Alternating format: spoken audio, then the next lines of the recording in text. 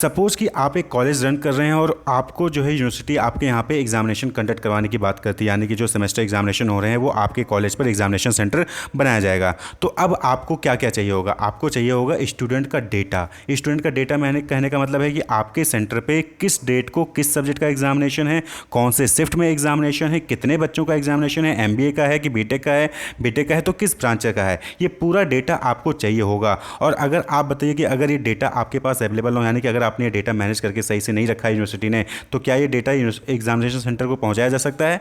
नहीं पहुंचाया सकता है। और अगर ये डेटा एग्जामिनेशन सेंटर को नहीं मिलेगा तो एग्जामिनेशन सेंटर पर सीटिंग अरेंजमेंट सही से नहीं हो पाएगी, सही से नंबर ऑफ क्वांटिटी कितने क्वेश्चन पेपर मंगवाने हैं, कितने आंसर शीट्स मंगवानी है, कितने इन्विजिलेटर्स रखने हैं कि यहाँ पे जो है कैसे अरेंजमेंट करनी है, वो सारी चीज़ें क्या हो जाएंगी, कहीं ना कहीं सब चीज़ों में जो है दिक्कत आने लगेगी। तो डेटा मैनेजमेंट इतना इंपॉर्टेंट हो जाता है। अगर डेटा को सही तरीके से मैनेज नहीं किया गया तो डिसीजन मेकिंग जो है आप नहीं ले सकते हो, प्रोडक्टिविटी क्या होगी, वो जो है आपकी पुअर हो जाएगी और कहीं ना कहीं सभी चीज़ों में प्रॉब्लम्स क्रिएट होने लगते हैं। तो देखिए एग्जाम से रिलेटेड डेटा कैसे मैनेज हो रहा है। पहले क्या करती है यूनिवर्सिटी, आपको जो है एक 10 से 15 दिन का टाइम देती है कि आपको 10 से 15 दिन में सभी स्टूडेंट्स को अपना एग्जामिनेशन फॉर्म भर देना है। तो अब जो है स्टूडेंट्स 10 से 15 दिन में अपना एग्जामिनेशन फॉर्म भरते हैं। वो 15 दिन के अंदर जिन्होंने भी एग्जामिनेशन फॉर्म भरा, चाहे वो रेगुलर को चाहे कैरी ओवर का हो, वो पूरा रिकॉर्ड कहाँ जाता है? यूनिवर्सिटी के पास जाता है। अब यूनिवर्सिटी क्या करती है, उसको जो है सेग्रीगेट करती है, सेगमेंट करती है कि कितने MBA के हैं, कितने बीटेक के हैं, कितने बीफार्मा के हैं, कितने MCA के हैं, और फिर उसको एरिया वाइज भी करेगी कि कितने बनारस के हैं, कितने जो है गाजियाबाद के, कितने नोएडा के, कितने लखनऊ के हैं। फिर उसके अकॉर्डिंग क्या करती है, वो एग्जामिनेशन सेंटर्स बनाती हैं। क्लियर? अब बनारस में ज़्यादा बच्चे हैं तो बनारस में 2-3 एग्जामिनेशन सेंटर बना देगी, लेकिन लखनऊ में कम बच्चे हैं तो लखनऊ के एक ही एग्जामिनेशन सेंटर बनाएगी। फिर वो पूरा रिकॉर्ड कि MBA के कितने बच्चे और कौन से सब्जेक्ट्स के, बीटेक के कितने बच्चे, कौन से स्पेशलाइजेशन के, MCA के कितने बच्चे, कौन से सब्जेक्ट्स के हैं, कौन सी डेट को है, ये पूरा रिकॉर्ड क्या करती है, फिर वो एग्जामिनेशन सेंटर को प्रोवाइड करती है। फिर एग्जामिनेशन सेंटर उस रिकॉर्ड के बेसिस पे अपने यहाँ पर सीटिंग अरेंजमेंट्स बनाती हैं कि कौन से क्लास में कितने बच्चों को बैठाना है, कौन सी डेट को किस चीज़ का एग्जामिनेशन है, कौन सा पेपर को जो है कितने पेपर मंगवाने हैं, कितने आंसर्स कॉपी मंगवाने हैं। आपने देखा होगा कि कभी कभी गलती हो जाती है कि सब्जेक्ट किसी और का, एग्जामिनेशन किसी और का होता है और आपके पास किसी और का क्वेश्चन पेपर आ जाता है, आपकी फ़ोटो मिसमैच हो जाती है। तो ये डेटा मिसमैनेजमेंट की वजह से हो जाता है। तो डेटा मैनेजमेंट इतना इंपॉर्टेंट होता है। किसी भी ऑर्गेनाइजेशन के सक्सेस होने के पीछे एक इंपॉर्टेंट फैक्टर होता है डेटा, यानी कि इंफॉर्मेशन। तो ऑर्गेनाइजेशन में बहुत सारे टाइप के डेटा होते हैं, मार्केटिंग से related data, sales data, customer से रिलेटेड डेटा, एम्प्लॉय से related data, financial data, product से रिलेटेड डेटा, कंपटीशन से रिलेटेड डेटा, मार्केट में जो इन्वायरमेंट है, जो कंपटीशन मार्केट है, या फिर गवर्नमेंट से रिलेटेड डेटा।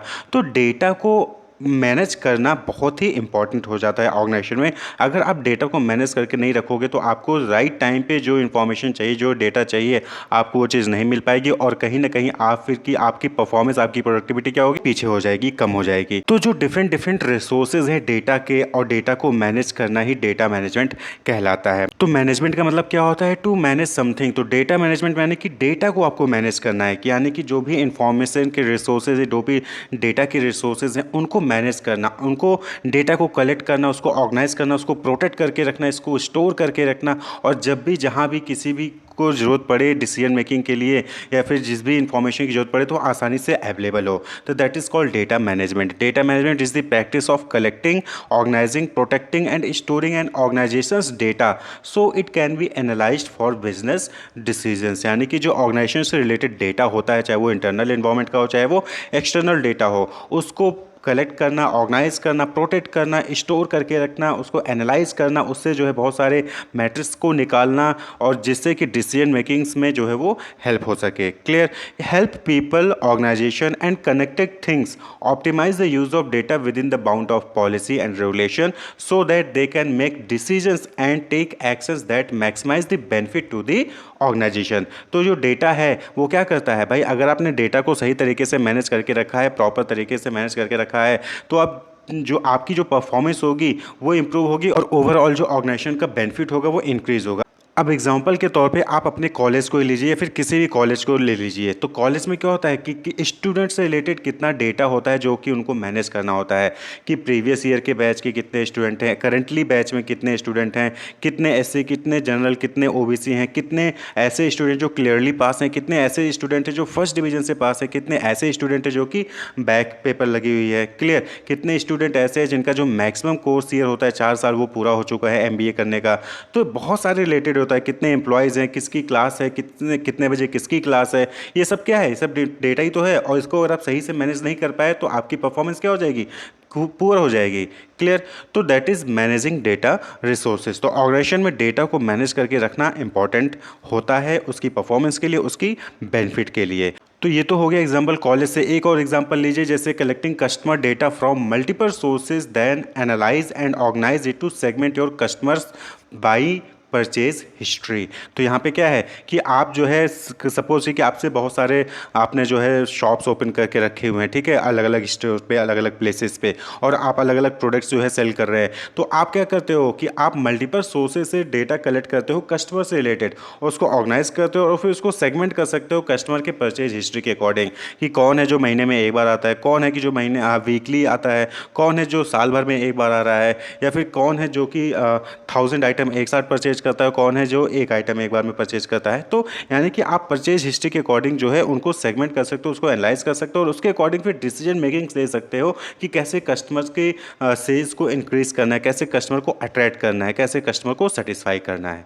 तो that is managing data resources. और इन सब के लिए क्या होता है कि डेटा मैनेजमेंट प्लेटफॉर्म्स होते हैं बहुत सारे, जो कि आपको हेल्प करते हैं कि आप डेटा को मैनेज कर सको। जैसे कि ईआरपी आप देखते होंगे, ईआरपी क्या है, आपके डेटा को मैनेज करता है। ईआरपी जो है अलग अलग इंडिविजुअल, आप स्टूडेंट हैं, आपका AKTU में ईआरपी लॉगिन होगा, तो ईआरपी लॉगिन में आप देखते होंगे कि वहाँ पे आपसे रिलेटेड डेटा, कि आपकी अटेंडेंस, आपका एग्जाम फॉर्म, आपका चैलेंज इवैल्यूएशन फॉर्म, आपकी फीस, आपका जो पर्सनल इन्फॉर्मेशन है, वो सारी चीज़ें वहाँ पे आपको दिखाता है। तो डेटा मैनेजमेंट, तो डेटा मैनेज था, इसीलिए जो है आपका डेटा, हर स्टूडेंट का डेटा वहाँ पे जो है सही तरीके से शो होता है। आपने देखा होगा कभी कभी डेटा प्रॉब्लम आती भी है, कभी कभी क्या होता है कि आपके कोई सब्जेक्ट्स नहीं शो हो रहे होते हैं, कभी जो है आपके पेपर कोड गलत हो जाते हैं। तो ये क्यों हो जाता है, कहीं ना कहीं क्या होता है कि डेटा मिसमैनेज हो जाता है, डेटा मिसमैच हो जाता है। तो इस वजह से जो है आपके पेपर कोड, आपके सब्जेक्ट नेम या फिर आपका फोटो नहीं आता है, तो डेटा मिसमैनेजमेंट की वजह से हुआ। तो डेटा मैनेजमेंट अगर होगा तो कभी भी कोई भी एरर्स नहीं होंगे और आसानी से जो है सभी की परफॉर्मेंस, सभी को इन्फॉर्मेशन प्रोवाइड होती है। तो नीड ऑफ डेटा मैनेजमेंट की बात करें कि डेटा की मैनेजमेंट करने की क्या ज़रूरत है, क्यों ज़रूरत है डेटा को मैनेज करना। तो सबसे पहली चीज़ कि to help in decision making, आपको डिसीजन लेना है तो वहाँ पे आपको जो है डेटा मैनेज करने के लिए ज़रूरत पड़ेगी। और डेटा मैनेज सही तरीके से होगा तो आपके पास सभी अप टू डेट जो है अवेलेबल इन्फॉर्मेशन होगी, और जो है क्विकली आपके पास इन्फॉर्मेशन मिल जाएंगी और आप जो है डिसीजन मेकिंग्स कर सकते हैं। अब सपोज कि आपको रिजल्ट, आप AKTU 1B पे जाके देखते हो रिजल्ट, वहाँ पे दिखाता है कि आप जो है 4-5 कैरी ओवर में फेल हो, और वहाँ पे आपने एग्ज़ाम दिया था और पास हो चुके हो, लेकिन वहाँ पे अप टू डेट नहीं है, डेटा सही तरीके से मैनेज नहीं है। तो आपको लगेगा यार मेरा तो अभी भी कैरी ओवर है, लाओ फिर से कैरी ओवर का फॉर्म भर देता हूँ, और बाद में पता चलता है कि आप पास हो चुके हो। तो ये क्यों हुआ, क्योंकि डेटा मैनेजमेंट सही तरीके से नहीं था। तो डिसीजन मेकिंग के लिए डेटा मैनेजमेंट जरूरी होता है। टू इंक्रीज द प्रोडक्टिविटी को इंक्रीज करने के लिए भाई आपके पास राइट टाइम पे राइट प्लेस पे डेटा होगा तो आपकी जो परफॉर्मेंस है क्या होगी, वो भी इंप्रूव होगी, जल्दी से आप डिसीजंस ले सकते हो और कम समय में आप जो है बहुत ज़्यादा काम कर सकते हो अगर आपके पास सही तरीके से डेटा मैनेज होगा। अब आप जो है अपने क्लासरूम में बैठे हो या फिर अपने घर पे बैठे हो, आपको जो है MIS की प्रिपरेशन करनी है और MIS से रिलेटेड डेटा आपके पास है ही नहीं, यानी कि आप जो है सही तरीके से मैनेज करके नहीं रखा है, तो आपका तो 1 घंटे तो इसी में जाएगा कि ढूंढेंगे कि कहाँ पे कॉपी है, कहाँ पे बुक है, कहाँ पे नोट्स है। तो ये क्या है, प्रोडक्टिविटी आपकी कम हो जाती है। क्लियर। तो डेटा को सही तरीके से मैनेज करके रखेंगे तो आपकी प्रोडक्टिविटी इंक्रीज होगी। With reliable up to date data companies can respond more efficiently to market changes and customer needs, यानी कि जब डेटा सही तरीके से मैनेज करके रखेंगे तो ज़्यादा एफिशिएंटली जो भी मार्केट में चेंज होगा, जो भी कस्टमर की नीड होगी उसको रिस्पॉन्ड कर सकते हैं आप। To minimise the potential errors, यानी कि डेटा अगर आपने सही तरीके से मैनेज कर रखा है तो जो भी एरर्स होते हैं वो आप मिनिमाइज कर सकते हैं। जैसा कि हमने पहले ही बताया कि ERP पे क्या होता है कि कभी कभी आपके सब्जेक्ट कोड गलत हो जाते हैं, सब्जेक्ट शो नहीं हो रहे होते हैं, तो ये क्या है, ये एरर्स हैं। अगर डेटा को सही तरीके से मैनेज किया जाए तो ये एरर्स नहीं हो सकते हैं। तो ये नीड होता है डेटा मैनेजमेंट का। वहीं पे to reduce data loss, data loss हो जाता है कि डेटा जो है आपका हो सकता है कि अगर आपने फाइलिंग करके रखी तो कोई फाइल फट गई, फाइल गायब हो गई, फाइल जो है मिस हो गई, तो इस केस में ये चीज़ें ना हो, डेटा लॉस ना हो, तो वहाँ पे आपको डेटा मैनेजमेंट करने की ज़रूरत होती है। To make data easily available, यानी कि डेटा आसानी से जब भी चाहिए, जहाँ पे भी चाहिए आपको मिल सके, तो डेटा मैनेजमेंट करने की जरूरत पड़ती है। And last but not least that is to reduce cost, यानी कि अगर आप डेटा को सही तरीके से मैनेज करके रखेंगे, आपके पास जो है डेटा रहेगा तो आपकी कॉस्ट जो है रिड्यूस होगी कहीं ना कहीं। एक सिंपल सा एग्जांपल लीजिए कि सपोज है कि आपने जो है आपने बुक्स परचेज कर ली थी, आपने नोट्स परचेज कर लिए थे, लेकिन आपने डेटा को यानी कि उसको सही तरीके से मैनेज नहीं किया और आपसे मिसप्लेस हो जाता है, बुक गायब हो जाती है, कॉपी गायब हो जाती है। तो अब आप क्या करोगे? अब आप दोबारा से जाओगे, नई बुक परचेज करोगे, या फिर आप जो है बैठ के पूरा नोट्स बनाओगे। तो यहाँ पे टाइम भी कंज्यूम हुआ और साथ ही साथ आपका जो है यहाँ पे अगर आप नई बुक परचेज करते हो तो आपको कॉस्ट एक्स्ट्रा लग जाती है। तो इस केस में क्या होता है कि अगर आप डेटा मैनेज सही तरीके से रखोगे तो आपकी कॉस्ट भी क्या होगी? डिक्रीज होगी, कॉस्ट यहाँ पे ज़्यादा नहीं आएगी। क्लियर?